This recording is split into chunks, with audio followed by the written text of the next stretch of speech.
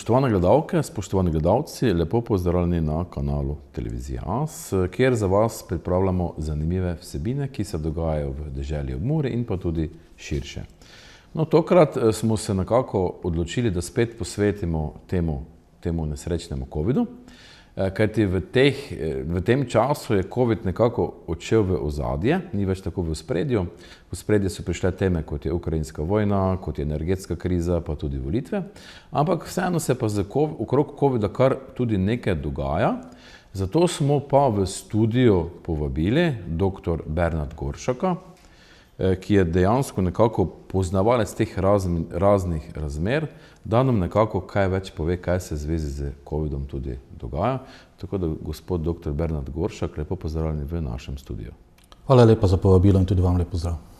Pa morda gledalke in gledalce zagotovo zanima tista prva informacija, kje smo trenutno s tem nesrečnim covidom? Ja, verjetno smo točno, oziroma predvidevam, da smo točno tam, kjer so nekateri znanstveniki to pred 2 letoma že napovedovali. In tu mislim na resnične znanstvenike, na neke pseudoznanstvenike različnih strok tudi, ki so napovedovali, da bomo tam, kjer zdaj niti slučajno nismo. In pri tem mislim na to, da so se začele uresničevati vsaj deloma tiste napovedi, tistega črnega scenarija, da bomo čez čas videli zaradi tega masovnega cepljenja tudi že prve negativne učinke sorazmerno kmalu, že po pol ali 1 leta, kaj šele, kar recimo, če se njihove napovedi uresničijo, nas čaka čez 3 ali pa celo 5 let. Pri teh znanstvenikih mislim predvsem na tiste, ki so kar to spremno ohranili neko verodostojnost. Morate vedeti, da tudi med tistimi, ki so na začetku bili proti cepljenju, se je marsikdo dokazal tudi manj zaupanja vreden, sem opustil spremljanje kar nekaj od teh. Ampak recimo Gerd van der Bosche, Michael Yeadon, Sucharit Bhakdi, tudi Wodark z Nemčije, to pa so tisti znanstveniki, ki jim res lahko rečeš znanstveniki, ki so tudi vedeli, kaj govorijo. In danes smo v vsej tej post-epidemiji, ali kako naj to obdobje imenujemo, točno tam, kjer so napovedovali, da bomo. Kakšen je vaš pogled, če gledamo nazaj te dobre 2 lete, glede teh dogodkov, ki so se dogajale v sklopu te nesrečne epidemije povezane z COVID-19? Vse tako so omenili recimo ukrajinsko krizo, ali pa jaz to poskušam gledati širše, da je to del neke zgodbe, kjer centri moči poskušajo uravnavati prihodnost sveta po njihovi meri. In v to zgodbo uravnavanja prihodnosti sveta, človeštva, spada marsikaj, ne samo torej COVID in ukrajinska kriza, še marsikaj, napovedujejo se, kot že rečeno, podražitve v energetiki, v prehrani, nove krize, mislim, govorijo o finančnem zlomu, internetnem mrku. Ampak mi vseeno, če želimo recimo ozdraviti to družbo, ki je postala bolna, dobesedno bolna, potem vendarle moramo narediti neko spraševanje vesti oziroma tudi pogled za nazaj, ker ne gre samo tako, da bi brez odgovornosti ali pa brez nekega celo obtoževanja oziroma brez poimenovanja z besedo tudi krivcev, tisti, ki so napeljali množico, da so šli v to neumnost, ki se ji reče, torej cepljenje z mRNA cepivi, torej s testnimi cepivi, ki niso bila preizkušena. In naj recimo, da ne boste mislili, da govorim kar z glave, recimo en podatek, tu imam uraden podatek vlade Alberte, province v Kanadi, kjer je v letu 2021 na prvem mestu vzroka smrti neznani razlog. Torej na 3. mestu je COVID za 1900 smrti, demenca na 2. za 2100 in potem neznani razlog za 3360 razlogi. Torej naenkrat so začeli umirati, ne samo v Kanadi, tudi kje drugje, zaradi neznanega razloga. Naj omenim recimo še en podatek, ki je zastrašujoč po svoje, to je tudi dosegljivo na internetu, da je samo v 16 mesecih v Kanadi umrlo 32 zdravnikov pod 50 let in vsi so bili cepljeni. To so slike, imena. Tako da so se recimo že določeni poklici znašli v težavah, tako kot piloti, zdravniki. Pred 2 letoma je veljalo, da se moraš cepiti, da ohraniš službo. Zdaj morajo v službo nazaj vabiti pilota in zdravnike, ki so bili odpuščeni, ker niso bili cepljeni, ker enostavno nimajo več kadra.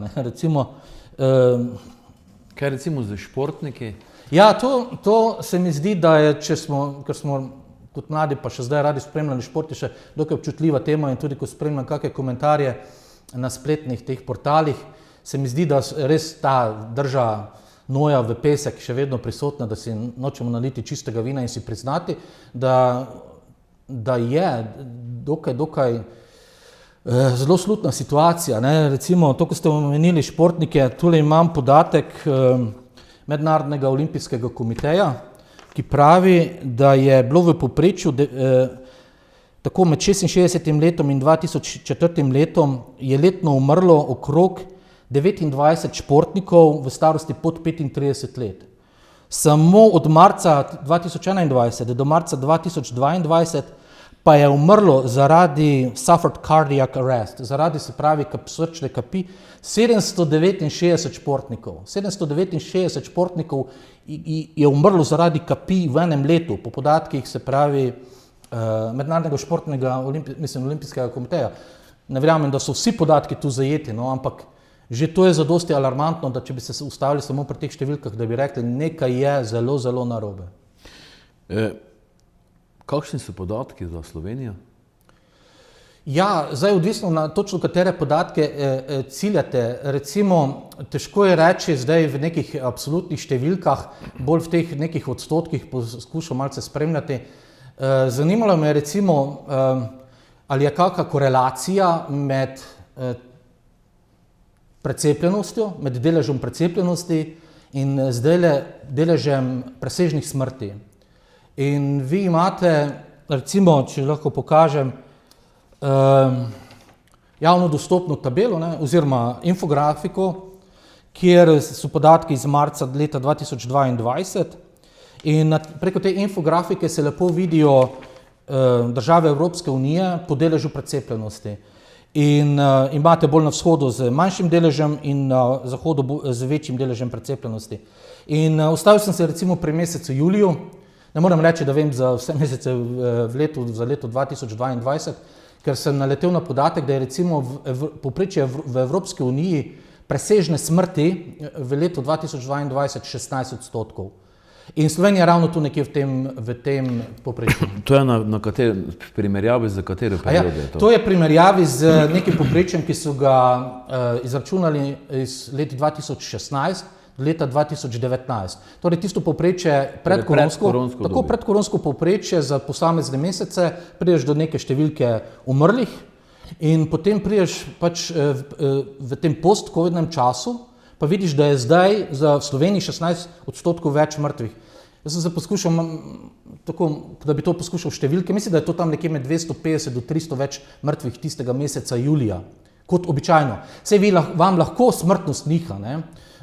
Ampak tam nekje 5% gor dol, ne? Se pravi, če bi recimo jemali, da je 20.000 ali nekaj takega Slovencev letno mrtvih, če to ne pride na mesec, ne vem, rečemo 1700 ali koliko že mrtvih, 50 plus minus je normalno. Ne morete pa reči, da če je bilo za nekem povprečju 2016-2019 normalno, da jih umre 1700, zdaj jih je pa umrlo 2000.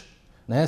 To je ta 16% ali pa približno. Ne, ne bom zdaj rekel, da me ne bo kdo lovil na točno da določeno številko, na določen procent, ampak drugje je še hujše. Recimo, jaz sem potem primerjal to karto z karto torej precepljenost in presežna smrtnost. In lepo se vidi, da so tiste države, ki so imele višjo precepljenost, da je tam tudi dejansko presežna smrtnost večja. No, nam so recimo govorili, Portugalska je bil neki taki vzorčni primer, kako so si precepljeni, potem Islandija in te stvari. Kako je recimo, kakšne so podatki za ti dve države? Ja, to so ravno, če pogledate, temno-zeleno so države Evropske unije, tule gor piše booster, ne, tiste tretje cepivo, ki so najbolj precepljene, tiste najbolj temno-zelene piše, da celo nad 90, malo manj temno-zelene so od 80 do 89% precepljenosti. In malo sem se igral, torej še vedno govorimo samo o mesecu juliju, prosim, ampak potem, če sem izpisal te podatke, torej o precepljenosti, potem pa podatke o presežni smrti, sem si naredil dve skupini držav Evropske unije. In v prvo skupino držav sem uvrstil tiste države, ki imajo pod 50% precepljenost za to tretjo dozo. In zdaj bom navedel po državah tudi stopnjo presežne umrljivosti, smrtnosti.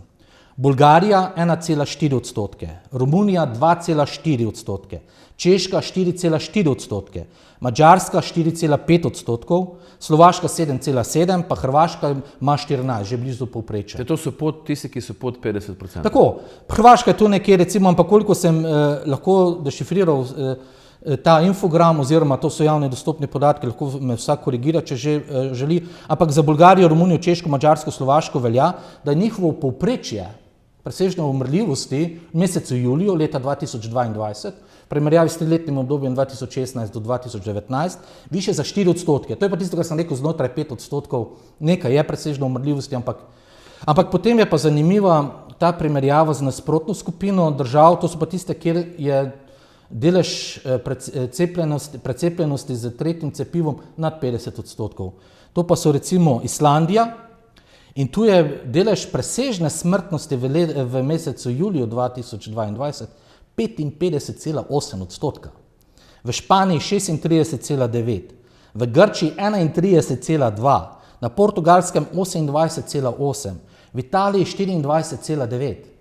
Torej, če teh 5 držav iz prve skupine primerjamo s 5 državami iz druge skupine, vidimo, da je, torej, kot sem že omenil, povprečje pri prvih 5 državah 4,8 odstotka presežne smrti, pri povprečje druge skupine držav, kjer so bili najbolj precepljeni, pa je julijska smrtnost presežna 35,5 odstotka. Zdaj pa, če primerjamo ta 2 odstotka, 4 iz prve, pa 35,5, dobimo faktor 8,7, ki nam pove, da je tam, kjer so države bile bolj precepljene, za 9-krat večja presežna umrljivost kot v državah Evropske unije z nižjo stopnjo precepljenosti. Zdaj, kot sem rekel, to je gotovo neka korelacija. Vi imate izjeme, ne? Močno precepljena je bila tudi Francija, pa tam vseeno ni take presežne umrljivosti, kot je nekje v povprečju, ampak vendarle kaže na neko korelacijo. Zdaj pa, če se ustavimo pri iskanju vzrokov, ali je zatem tudi neka kauzalnost, torej vzročno soodvisnost, po moje je, ne? Ampak to je pa mogoče že potem tudi za druge, ki so bolj pristojni za to, da to interpretirajo. Kakšni so podatki za Slovenijo? No, kot rečeno, jaz nisem spremljal vseh mesecev. Mislim, da je umrljivost v avgustu potem nekaj padla, zdaj zadnjih podatkov za september, priznam, da se še nisem lotil, ampak kot rečeno, mi smo tudi nekje v evropskem povprečju, 16 odstotkov. Nismo na najslabšem, vendarle pa, kot rečeno, če je 16 odstotkov presežne umrljivosti, mi vemo, da smo zagnali vik in krik, ko je bilo 10, ko je bilo 15, nekateri trdijo, da je bilo tudi 20, kar sam ne verjamem, presežne umrljivosti zaradi covida. Zdaj pa imamo, torej po Eurostat, po uradnih podatkih Evropske unije, torej presežno umrljivost, vsaj na taki ravni, pa je vse tiho, ne? No, mi smo preverjali takrat, ko je bila tista največja umrljivost zaradi covida, pa smo preverjali pri pogrebnih podjetjih, ki pokapajo, pa je bilo nekje 10 do 12% več pogrebov v tistem času. To so pač neki podatki, direkt iz tistih, bom rekel, organizacij, ki izvajajo pogrebe. To je neka taka informacija iz takratnega časa. Zelo strinjam, ker to se zelo sklada z vsem tistim, kar sem tudi sam uspel recimo dognati. Tudi ne nazadnje s spraševanjem, sem spraševal, koliko pogrebov je bilo župnika, ne, in pa podobno, in je ravno tako. Torej bila je tudi objavljena ena študija od Pfizera, če se ne motim, ki so nekako na osnovi sodne odločitve, kajti odvetniki so zahtevali v Združenih državah Amerike, dobili to tudi na sodišču in je bila ta zadeva tudi javno objavljena. Kakšni so izsledki te Pfizerove študije v zvezi s tem njihovim cepivom? Dobro ste informirani, da nekako sem pričakoval to vprašanje, zato sem se tudi nad njega pripravil, ker Pfizer je imel študijo v času do lansiranja tega produkta, ampak je ga sorazmerno težko najti, oziroma so ga želeli preprečiti njegovo objavo, koliko vem. Mislim, da so želeli za 70 let ali šele leta 2070, da bi bil javno dostopen. Ne vem zdaj, torej, ali čez 50 ali 70 let, da bi bil šele javno dostopen. Mislim, da čez 70. In je v PDF formatu kumulativna analiza stranskih učinkov, ki so bili poročani. Datum je 28. februar leta 2021, in Pfizerova študija Da se jo, kot rečeno, najti na internetu ne ravno lahko, ker jo marsikateri brskalnik vam ne bo dal med prve zadetke. In če pogledamo tule tabelo 1 na strani 7, torej tabela 1, splošni pregled, vidimo, da so Pfizeru na 42.086 ljudeh za samo 3 mesece preverjali torej stranske učinke cepiva. In tu piše, da je bilo fatalnih, smrtnih izidov 1223. Torej od 42.000 ljudi je po Pfizerjevih podatkih v samo 3 mesecih umrlo 1223 ljudi, kar predstavlja nekje 3%. Torej 3% ljudi je po Pfizerjevih lastnih podatkih že umrlo v 3 mesecih. Kaj še, kje pa nagovorimo? Kaj bi lahko to tako razumeli, da je smrtnost po cepljenju lahko 3%? Ja, z že kratkoročnimi temi, že po 3 mesecih. Niti ta študija ni predvidela srednjeročne, kaj šele dolgoročne. Ampak čakaj, Vsaj 3%. Ampak sam COVID kot epidemija ima pa smrtnost 0,3%. Ja, če sem čisto točen, recimo ima 0,27 v povprečju. Tole je pa študija Johna Ioannidisa. Tole je strokovnjak, ki je med najbolj citiranimi na svetu. Ima največ citatov drugih znanstvenikov. In on je potem izdal študijo Infection Fatality Rate, stopnja smrtnosti zaradi zaradi COVID-a, ne zaradi cepiv. In je analiziral 36 študij in je gotovil, da je po srednja vrednost 0,27%. Tako se rekli približno 0,3%. Zdaj, če primerjamo 0,3 po njegovi študiji z 3%, ki jih je Pfizer sam priznal, gre za 10-kratni faktor smrtnosti, ki je večji zaradi cepiva kot pa zaradi COVID-a. Sej, da sem iskren, Ioannidis priznava tudi 3-4% stopnjo smrtnosti, ampak to v območjih, kjer so pretežno starejši, ker so že predhodno bili zelo cepljeni proti gripi prejšnjo leto ali kaj tega, ker so izvajali agresivne načine zdravljenja, ampak reče, zato pa priznali so tudi območja z 0,1, še manj kot povprečje, seveda. In v povprečju pridemo nekje to, kot ste rekli, 0,27%. In to od enega najbolj torej priznanih znanstvenikov na svetu, študijo ima 52 strani. Ker recimo gripa ima pa 0,15%. Ja, to vam verjamem na besedo. No, jaz sem se namreč, ko se je ta zadeva nekako razplamtela, sem šel do prijatelja, do zdravnika, ki je infektolog, sem šel pač, ker me je pač zanimalo, ne. Pa on pač meni že takrat rekel, ne, glej, Simon, stopnja umrljivosti pri gripi, ne, je, ne vem, 0,15, ne, je pa rekel pri teh covidih, pa glede, pri tem covidu, ki nas je pač doletel pa enkrat več, on je meni takrat to že povedal, ne.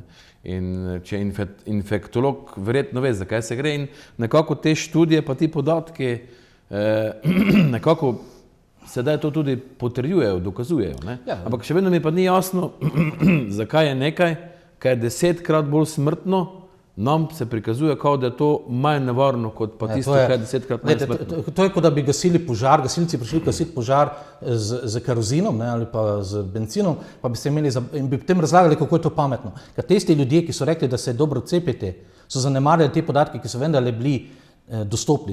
Ne bo rekel, lahko se jih je našlo, ampak tisti, ki so dolžni zagovarjati neko nacionalno politiko, ne, ali zdravljenja, ali karkoli že, so dolžni do teh podatkov priti, če sem lahko jaz prišel. In recimo ta vaš infektolog, njega zopet priznavam za znanstvenika, strokovnjaka, ker izhaja iz lastnih izkušenj, hkrati pa se je tudi seveda verjetno podobno pozanimal. Žal pa smo bili žrtve, dejansko smo žrtve propagande, močne mašinerije, ki je iz teh centrov moči, ki so dejansko so bile zgolj marionete, so bili zgolj papagaji, da so ponavljali to isto mantro, cepite se, cepite se, cepite se, oziroma ogroža svojo babico, ne vem, moramo to čredno precepljenost, dobiti čredno imunost, da vemo, da ni govora ne o imunosti, ne o prenosljivosti, mislim, da preprečuje prenosljivost cepljenja. Ampak, ja. No, tam je bil en podatek, pač po Facebooku je zakrožila ena zadeva, kjer je nekako bila informacija dana v javnost, da to cepivo ni bilo testirano na prenos. Ja. iz človeka na človeka, se pravi, na prenos okužbe. Kaj zdaj s tem? Je bilo to testirano ali ni bilo testirano? Ne, ni bilo. Ne. To so zdaj, mislim, da se piše Small, direktorica Pfizera, ki je, ne bom rekel na zaslišanju, ampak na pogovoru, mislim, da v Evropskem parlamentu, da jo je spraševal, po mojem je bil nizozemski poslanec, vprašal, ali ste to sploh kdaj testirali glede prenosljivosti. Je kratko malo lakonično odgovorila, ne. Ni bilo časa, sledili smo znanost, ne. Ampak tistem se pravi nekdo, ki je rekel, ne, boste imuni in to se ne da, zaradi tega se preprečuje prenosljivost. Ti so lagali, ker na podlagi česa si ti to lahko trdil. Ker če sam od Pfizera nisi mogel dobiti, ali pa od drugih tudi ne teh podatkov, ker jih sami torej niso tega nikoli testirali. To je zdaj malo manjši škandal, tisti nizozemski poslanec je celo malce znorel tam na tistem intervjuju je rekel, pa to je škandal, ne. Se pravi, sploh tega niste testirali, ja, in ono se malce nasmehne pri tem pričevanju in pričanju in potem. Vsi imamo neke prijatelje, sodelavce, sorodnike in tako naprej, ki se soočajo s takimi in drugačnimi zdravstvenimi težavami. Pa so recimo cepljene, ne? Kaj so recimo ugotovitve tudi v teh študijah, ki jih vi imate tukaj, kakšne so ugotovitve glede teh stranskih učinkov po cepljenju? Ja, to je naslednje temačno poglavje cele tej zgodbi. Torej, ta ista študija Pfizerjeva pač ima svojo prilogo, ki ima, mislim, da 7 strani. In teh 7 strani v prilogi te Pfizerove študije so samo latinska imena, torej stranskih učinkov, ki jih Pfizer ugotovil pri tej testni skupini. In v teh 7 straneh stranskih učinkov ni, da ni. Torej ni, skoraj da ni bolezni, ki je, oziroma učinka, ki je simptoma, ki ga ne bi. Imate seveda spontani splavi, perikarditis, miokarditis, Bell's palsijeva, torej kot tukaj se množično dogaja, ne, da jim v bistvu ta živec otrpne oziroma da del obraza paralizira. Ne. In ker imam tudi v svojem krogu nekaj teh pojavov že, ne, me je pa zanimal recimo problem z očesom, z mrežnico. In sem šel, samo sem vtipkal Ctrl F, ne, pa poiskal, kje vse se pojavlja imena retino mrežnica. Ne. In sem si tule pobarval na teh 7 straneh, na koliko mestih se pojavi beseda retino. In je na 16 mestih. Torej 16 različnih stranskih učinkov zaradi cepljenja na mrežnici, zaradi cepiva od Pfizera. Nekako najbolj se pozna, vpliv ima na vid oziroma na oči, na mrežnico. Ne bom rekel. Kje so tisti najpogostejši stranski učinki? Ne, primarni so sigurno ustrojevanje krvi, oziroma ti strdki. Ne. Jaz sem retino oziroma mrežnico vzel zato, ker se dejansko pojavlja nekajkrat v mojem okolju, ne. So pa tudi drugi. Ne. V tem okolju, kjer se gibljem, so v zadnjem času, pa že prej so bile neke kapi. Zdaj, da si pravim, lahko so to tudi naključnosti, lahko so pa to tesne korelacije. Zanimivo je nekaj, ne, da so zdaj seveda tega ne bodo priznali, da je to zaradi cepljenja in so vse te stranske učinke obesili covidu. Covid je zdaj naenkrat postal iz respiratorne, iz bolezni, torej dihal, je postal, naenkrat se je verjamem, da zaznate moj sarkazem, ne, se je naenkrat spremenil tudi v bolezen živčnega sistema, endokrinega, torej imunskega, celo ožilja, ne. Torej vi naenkrat pripisujejo te tako imenovanemu dolgemu covidu. Aha, ti si bil zbolel za covidom, bil si cepljen in zdaj imaš naenkrat težave z ožiljem, z živčevjem, z endokrinim sistemom. Kaj bi bilo krivo? Covid. Ne. Torej, upam, da zaznate sarkazem mojim. Torej, naenkrat pripisujejo, to so imenovani long covid, dolgi covid. Torej, ne bodo priznali, da so ti stranski učinki od cepiva, ampak bodo to pripisovali covidu, ki se naenkrat torej čudežno prelevil torej v neko posebno monstruozno, drugačno še obliko bolezni, ne, ki vse drugo še napada druge organske sisteme, ki so v nas. Ne. Tako da, to je prav mislim, to so ti medijski spini, oziroma to je to, da verjetno kot družba ali pa na svetu ne bomo zmožni neke katarze ali pa nekega prečiščanja tega, ne samo zavajanja, to bi bilo hujskanje ali pa nagovarjanje, to so vse premile besede.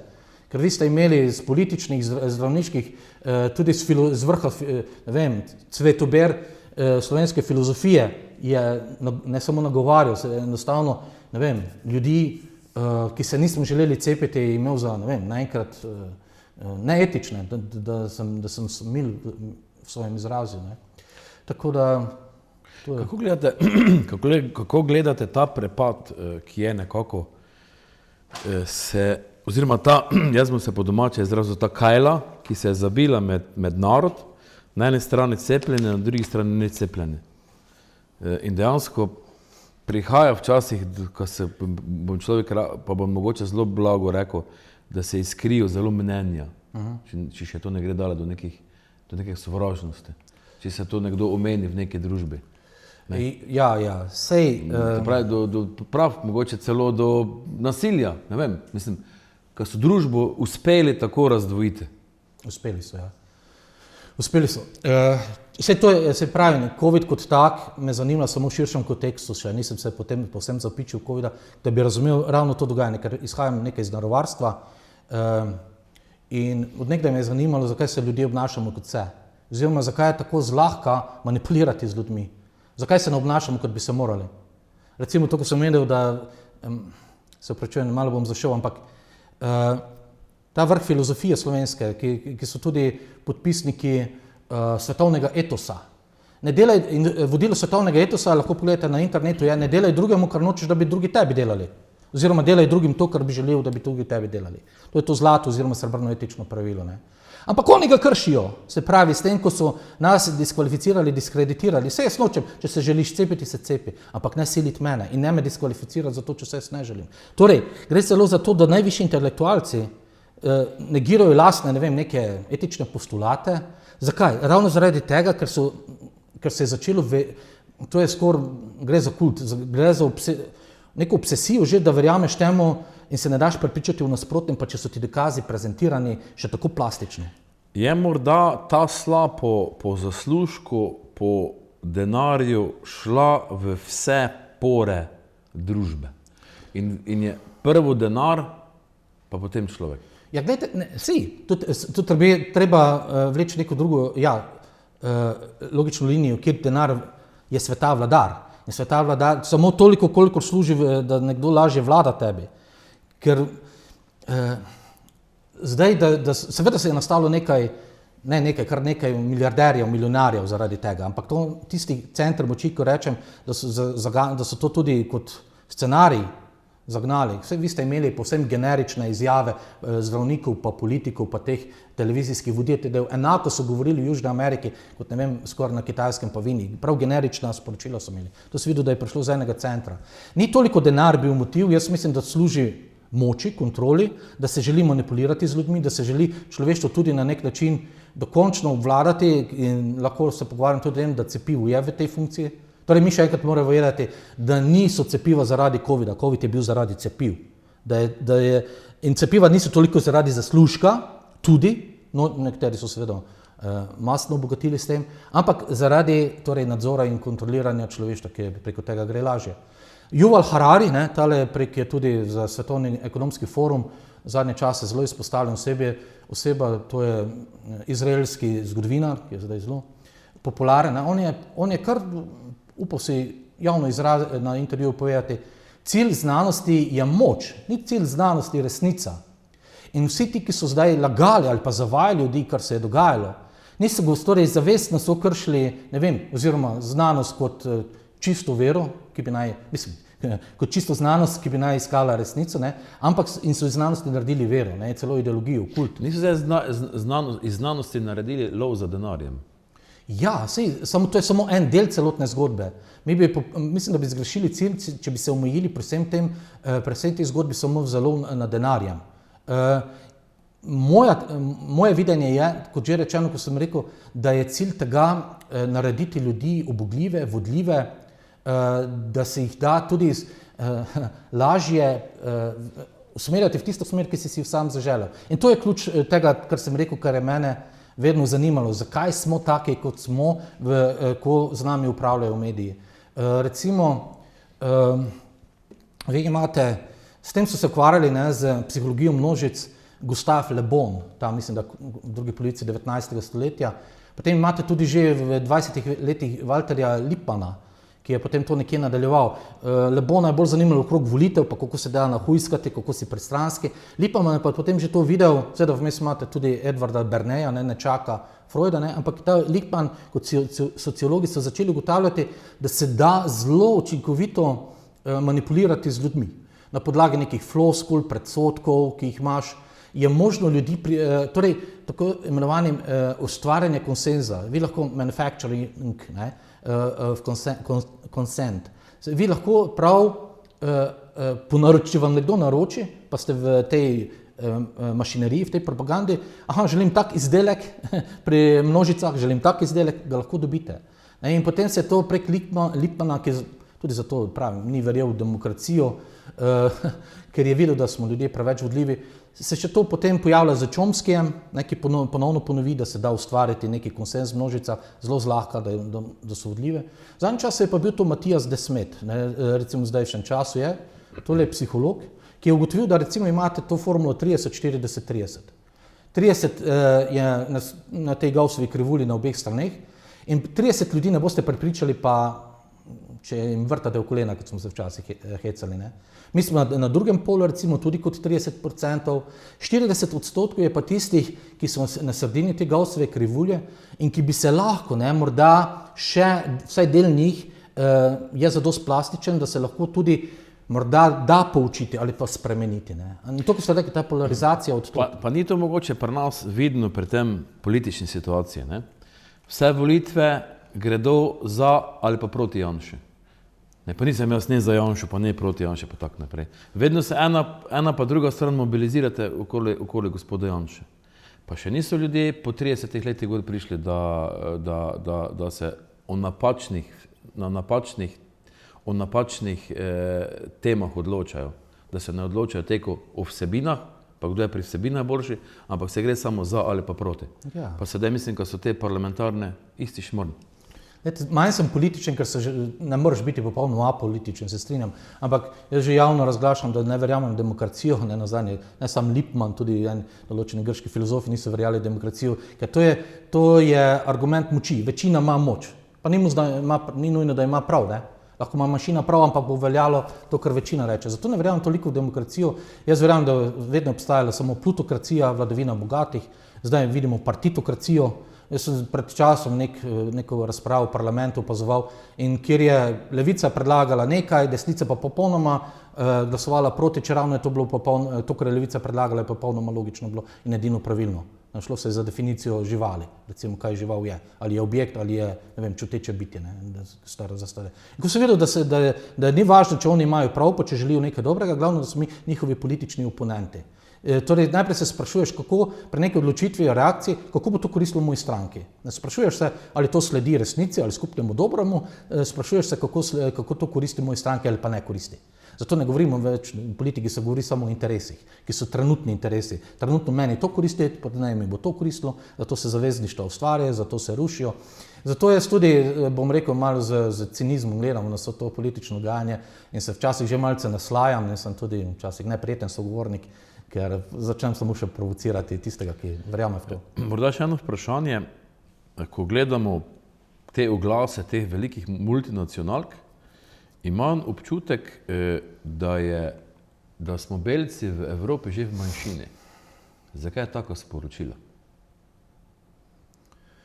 V manjšini, gledajte, zdaj, čisto po popisu prebivalstva, verjetno ne, ampak v manjšini pri medijskem prostoru ali pa pri medijskem prostoru, pri prikazih teh oglasov, ja. je človek dobi občutek, da so vsi drugi, se pravi, so to črnci ali so to drugi, kaj teh več kot nas. Odkot ta sporočilo, se pa še vedno je v Evropi velika večina belega prebivalstva. Saj zdaj ste zopet načeli, ali gre samo za COVID, ali gre za ukrajinsko krizo. Pravim, želim videti širše in tudi ta zgodba, ki jo omenjate, je zopet del samo ene agende, ene politike, ki je skupne politike, kako upravljati z celotno družbo, ne več samo s posameznimi regijami ali državami, ampak s svetom kot eno globalno vasjo. In to je ta agenda 2030 ali pa veliki reset, o katerem govorijo. In do določenih stvari ne morete realizirati Če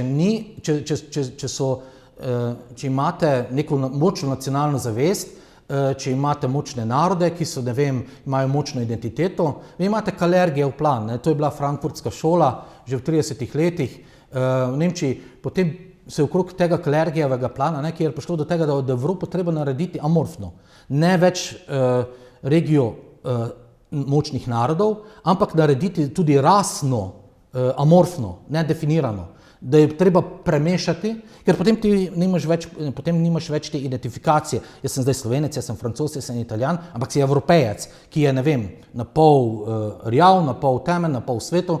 Razumete? In potem ni nobenega, ki bi se lahko več vrednotil ali pa na nekoga gledal ponižujoče, kakorkoli. In to je ta ideal, okrog katerega so se mogoče začeli tudi bolj izrazito dogajati neke aktivnosti zdaj v tem večjem prostoru. Ja, tudi z migracijami in tako naprej. Vi imate, pred kratkim sem prebral knjigo, nazadnje, ko sem prebral, je Gad Saad, je en sirijski Jud, ki je potem v Kanadi postal univerzitetni profesor in napisal to knjigo Zajedavski um. In on je ugotovil, da se po kampusih, po teh izobraževalnih centrih v Ameriki, univerzah pa koledžih, se ta zlasti levičarski, internacionalizem, bela premoč, kriv si že zato, ker si bel, ne vem, teorija spola, tale gender teorija, koliko imamo spolov, ne vem, LGBTQ gibanje, enake kvote za ženske, to kar tudi kot za moške. In to vidite zdaj, da se prav umetno ustvarjajo neki modeli, katere se proba zasledovati v imenu te višje pravičnosti, inkluzivnosti, tolerance. Jordan Peterson med tem seveda ugotavlja, da je nekaj drugega enakost priložnosti, drugo je pa to, da ti vztrajaš na tem, da se enakost pri izidu mora zagotoviti. Torej, ti politiki, ki nam sedaj vladajo, rekel v Sloveniji, so levi, desni, tako vseeno, nas nekako pelajo v smeri raznorodovanja. Ja. Ampak po drugi strani pa vsi na veliko slavijo te praznike, ali je to dan osamosvojitve, dan državnosti. Vsi govorijo, kako so se borili za slovenstvo, kot smo mi Slovenci, a peljejo pa nas v smer, kaj nas več ne bo. Pa ni to licemerje. Ja, se to je tako. Saj morate vedeti, da pri teh, ko so vajeni teh političnih igric, pa zakulisnih igric, je to najmanj biti licemeren, da se javnosti kažeš drugače, ko si zasebno ali v nekih elitnih krogih. To me ne preseneča niti najmanj. Ampak tudi morate vedeti, da zato pa je recimo ravno ta pisatelj, ki sem omenil, govoril o kampusih, ker je lažje delati z mladimi. Pri starejšem še vedno ne veš, mogoče ga bo nostalgija ali pa neka zavest še vedno premamila. Ti mladi, tam, ki so dovzetni za te liberalne ideje, libertarne ideje, pri teh je lažje, zato se mogoče čaka. Sicer se zdaj želi hiteti s tem letom 2030, kar pomeni, da tudi nekaj naš starejših želijo premasirati, pregnesti v to njihovo ideologijo, zato so tudi ti ukrepi če dalje bolj, bom rekel, ne vem, nasilni celo. Zdaj, če se vrnemo na to zadevo z cepljenjem, kaj dejansko lahko pričakujemo? Kaj nas čaka? Ja, gledajte, to gre tako hitro naprej, da je težko dohajati. Bo še prišli kakšni osvežitveni? Ja, s tem se ne bodo, mislim, to se zagotovo ne bo nehalo. Zdaj, vi imate željo, da bi se v Ameriki cepili otroci kot obvezno cepljenje. Potem Kanada je naročila nekoliko milijonov doz. Pravite, tisti niso zastonj naročali, verjetno nekaj želijo. Potem imate non-stop neke variante, ki vedno znova izbijajo na dan od ne vem kot. Kaj čaka? Glejte, tehnologija danes omogoča nekaj, kar je bilo še pred desetletji znanstvena fantastika. In kot rečeno, mene zelo zanima to vplivanje na ljudi oziroma kako se ljudje obnašamo kot množica. Naletel sem na primer na tale poskus, ki ga je Jose Delgado, en Španec, naredil, da je biku vstavil elektrode v možgane operativno, potem pa šel z njim v areno. In ko je bik začel teči proti njemu, se pravi, ko ga je že napadal, je samo stisnil daljinca in bik se je ustavil. Torej, to je bilo v 50-60 letih, je bilo možno daljinsko uravnavati odziv. Kam je to še potem šlo v teh 50 letih?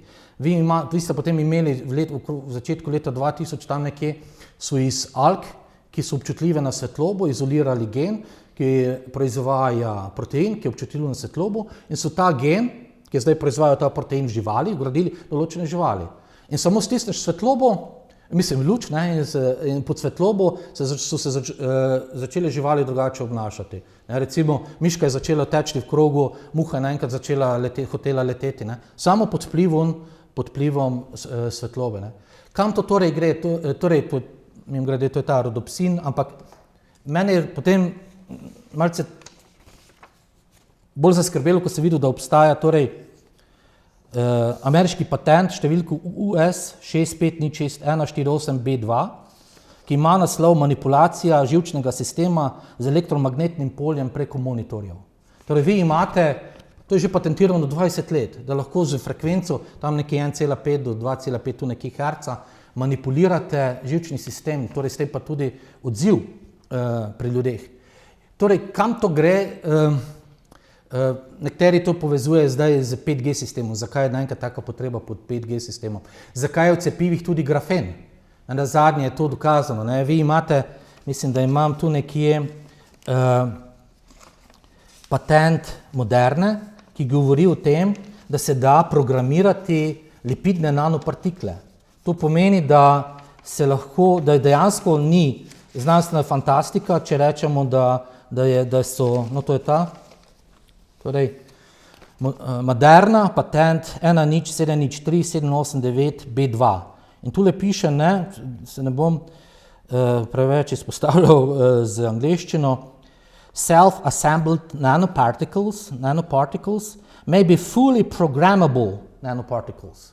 Se pravi, lipidni nanodelci, ki so v cepivih, se lahko programirajo. Ne. Torej, bomo postali ovce, vsi. Ja. Torej, da nas bodo strigli, ko nas bodo hoteli. Ja, dejansko, ja, bi se zdaj dosti bliže resnici. Se pravi, da imaš odziv, da narediš odziv, ki je zaželjen, pričakovan. To je ja. Zdaj, v kakšni obliki bo to? Torej, če imate socialni kreditni sistem, ki preko Kitajske, deloma Indije, že del Amerike prihaja, torej, če si priden državljan, če se prav obnašaš, boš imel zeleni pasport, COVID, karkoli že, boš imel zadosti točk. Iz filma Demolition Man. Podobno, ja. Špila Sylvester Stallone pa Wesley Snipes. Ja. Je to bi lahko rekli, da gremo v to smer? Teh filmov je več, z katerih govorijo, da gre za predictive programming, da nas že naprej programirajo. To imate tudi v Simpsonovi ali pa v kakih drugih, recimo v risankah ali pa v drugih filmih, kjer že napovedujejo to distopično, za nekatere, za to elito pa utopično družbo, ker boš dejansko ne rekel kasni sistem, ampak dobri državljani bodo imeli tisto, kar jim bo ta vlada pač želela ponujati. Tisti, ki bomo želeli, ne vem, svobodo vesti, svobodo, ne vem, spraševanja, ogovarjanja, tudi bomo pa verjetno predstavljali neko nezaželeni del družbe. Ampak to, kar ste rekli, ja, v bistvu stremimo k temu, ne, da bi bili naši odzivi čim bolj predvidljivi in čim bolj se jih dalo dirigirati. Ja. Kaj lahko naredimo, da se umaknemo oziroma da preprečimo to grozno predvidenje prihodnosti? Zato snemamo take oddaje, zato take pogovore. Glejte, določen del ljudi se torej ne bo spremenil. In to je tisto malce hudo. Saj meni toliko, če se želiš cepiti, se cepi, pusti meni mojo pravico, da se ne. Gre se mi za mladino, mlade otroke, kateri tudi imate grozljive posnetke, ko jih torej silijo v cepljenje. In to, da povzroča tudi neplodnost, ki je med tistimi enimi nekimi stranskimi učinki, tudi to je jasno. Torej, kaj storiti je? Glejte, pred kratkim sem bral Svetem pismu, če dovolite zelo kratko. Živel je nek hudoben bogataš, ki je umrl in šel na zasluženo poplačilo, recimo, da je šel v pekel. Ne? In potem je hotel posvariti svoje sorodnike, ki so bili prav tako hudobni, še na tej strani, in je prosil, če bi nekdo prišel pa upozoril tiste, naj pazijo, kako živijo. In je dobil zavrnjeno. Je pa rekel, zakaj? Ja, pravi tisti, mislim, da je Abraham odgovoril temu hudobnemu bogatašu, imajo preroke, imajo Mojzesa, če niso njih poslušali, tudi če pridejo med njih ljudi, ki so umrli, torej da so ponovno stali, jim ne bodo verjeli. Torej že 2000 let se ve, da smo ljudje, da nam zakrtne srce, ali pa da ko se za nekaj odločimo, da nas ne prepriča nič, če je črno črno in ne bo belo. In to je mogoče še več kot tistih 30%, o katerih so prej govorila. Nažalost je to cepljeno v ljudeh. Gre za to pa, gledajte, vsakega, če bi se uspelo odvrniti od tega, ali pa da bo postal vsaj se bolj samosprašoval, malo bolj kritičen, da ne bo, ne vem, tako slepo zaupal. Ne? Ker pazite, gledajte, nekaj, kar sem dosti krat zasledil tudi v teh komentarjih, zaupaj znanosti, trust the science, ne? Zaupaj znanosti. Jaz vas vprašam recimo to zaupanje znanosti, ki je bilo, ko so recimo, če vas bom tako vprašal, kaj mislite, koliko že odobrenih, testiranih na dolgoročne, srednjeročne, mislim, kakršnekoli učinke zdravil so v 60 letih umaknili od leta 2066 recimo do leta 2020. 183 zdravil, ki so bile že javno v prometu, so umaknili. Recimo, če lahko samo aprotinin, 2008 leta, bezitramid. To je seznam, ki sem ga z Wikipedije... Kaj je bil vzrok, ko so jih Ja, kaj so vzrok? Increase risk of death. Se pravi, povečan vzrok smrt. Potem tule imate ventrikularna aritmija, klobutinol. Increase risk of heart attacks and stroke. Propixen, Darvocet, recimo, 2010. In se pravi, če rečem, da je znanost bila še 1970, mislim, ne tako razvita, ampak ta zdravila so umaknili iz leta 2010, recimo Ingenol, leta 2020, kolčni rak. A je to potem tisto, ko rečejo, torej 180 zdravil se je umaknilo, kar nekaj od teh, ne vem koliko, od leta 2000 naprej. In je to trust the science, je to zaupaj znanosti. Torej zaupaj znanosti. Ja pa slepo zaupaj znanosti, nekritično zaupaj znanosti. Kako zaupaj znanosti? S preverjanjem, z malce z zdravorazumerskim dvomom? Ni to tisto, kar nam tudi vest nalaga, ne nazadnje, ne? Torej, veliko je bilo govora o, če maske nekako preprečujejo te okužbe z COVID-19. Morda še vaš komentar na te trditve, koliko so te maske uspešne, pa koliko ne? Ponovno so tam, kjer so že bila, da govorimo o neki pseudoznanosti, ki je neko mantro ponavljala brez vsakršnih, brez vsake, opremljive znanstvene podlage. Nekateri govorijo, da je, virus velik 40-70 nanometrov, ampak vi morate vedeti, da so patogeni, da odziv povzroča že protein, spike protein.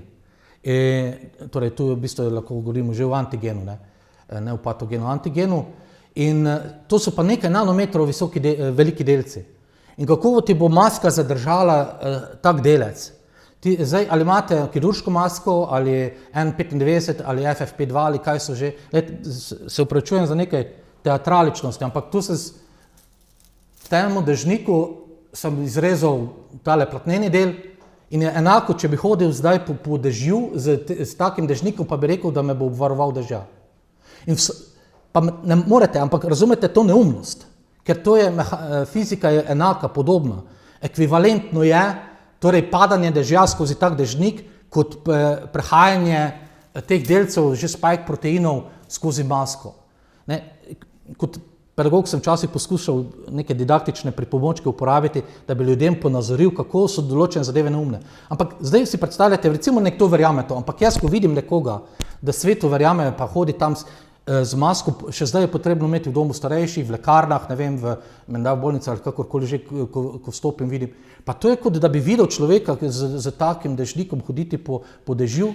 Zakaj potem toliko bolnišničnih bolezni, če pa vsi imajo tam neke ukrepe, pa neke maske, pa razkoževanje, pa vse te stvari? Zakaj potem toliko bolnišničnih bolezni v bolnici?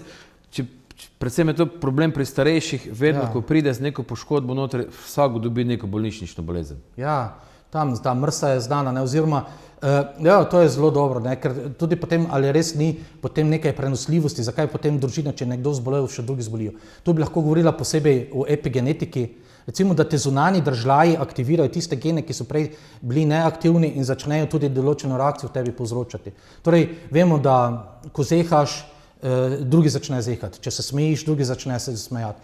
In mi imamo te zrcalne nevrone, eno se da s tem pojasnjevati, nekaj torej tudi z epigenetiko, to je široko področje. Ampak skratka, ko si v območju, ko si že v nekem območju, ki je bolno, je težko, te ta bolnost nagovarja že, da boš nekako bolan. Gledal sem pred kratkim Dr. Hausa in ena je bruhala. Je rekel, to je pa bruhala zato, ker je vonjala oziroma videla neko drugo bolnico, ki bruha. Je tako je rekel, ne, to je zaradi tega, torej ta zrcalni prenos. Bi pa še to, če dovolite, ravno te spike proteine oziroma zakaj toliko v bolnici. V bolnicah je trenutno po različnih podatkih cepljeni, necepljeni 80-20, 65-35 nekje vsaj. Torej 65 cepljenih ali pa 80 cepljenih, ki tudi težje zbolevajo zdaj tudi za temi COVID oziroma drugimi boleznimi. Torej gotovo noben, ki se ni cepil, mu ni žal, poznam pa kar nekaj takih, ki so se cepili, ki jim je žal. In kar je še hujše to, da recimo nam so vehementno trdili zdravniki, da se mRNA, tale genski material, ki je v cepivu, ne more prenesti v genski material torej človeka. In tu bi izpostavil samo eno prelomno delo oziroma tudi so prispevki o tem, mislim, da na YouTubeu se še mogoče da najti Hrvata, zato se ga da poslušati, zelo priporočam. Tomislav Domazet-Lošo je objavil tudi strokovno delo, zakaj se biologija retropozicije ignorira. Torej, kako je možno, da nekaj, kar se 40 let že ve, da obstaja retropozicija oziroma reverzna transkripcija, da se iz mRNA, torej to, kar je v cepivu, se vgradi v tvoje telo. Postane del tvojega genoma. O tem je govoril tudi dr. Nagaze, pa Rašek, Mikolaj Rašek. To so ti znanstveniki, zdravniki, ki so tudi ohranili to v mojih očeh verodostojnost. In torej dokazano je, da se tebi tale del genoma, ki je tuj, vgradi v tebe. In kar je še rekel Tomislav Domazet-Lošo, ti imaš določene principe, ko kreiraš mRNA, da olajšaš ali pa otežiš prepisovanje mRNA v genom z določenimi sekvencami. Ampak je ugotovil kaj? Da imajo v cepivih mRNA, ki so v cepivih, vsaj na 12 momentov, 12 dodatnih, kako naj rečem,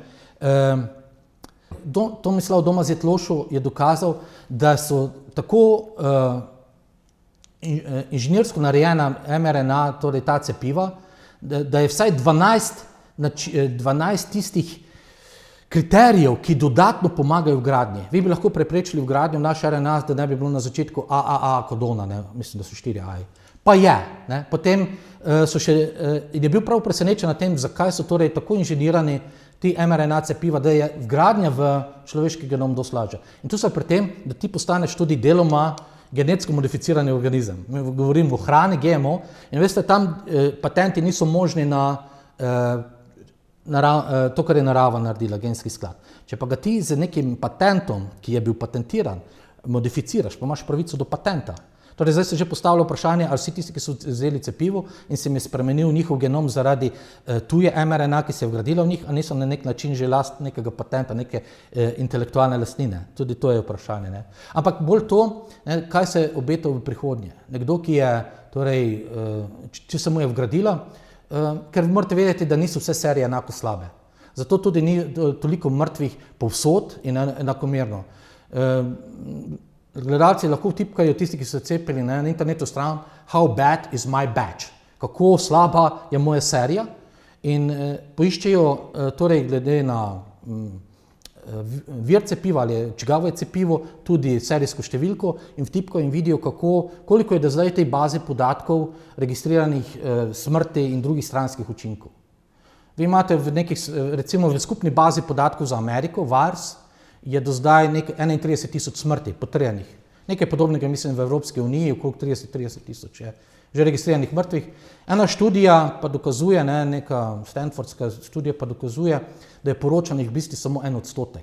In da od tega, kar je resnično v bazi podatkov, ker vpisati v bazo podatkov je dolgotrajen, zopren postopek in marsikdo ga ni, da bi torej dejanske številke umrlih že zdaj zaradi cepiva, za voljo torej njega morali pomnožiti 100. Jaz mislim, da je mogoče to malce preveč, ampak če nekdo sešteje 30,000 v Evropi, 30,000 v Ameriki, 60,000 samo v Ameriki in Evropi, pa vsaj krat 20, koliko je trenutno torej mrtvih zaradi cepiv. Gospod dr. Bernard Goršak, hvala lepa za obisk našega studia in hvala lepa za zanimivo debato. Hvala tudi vam. Hvala.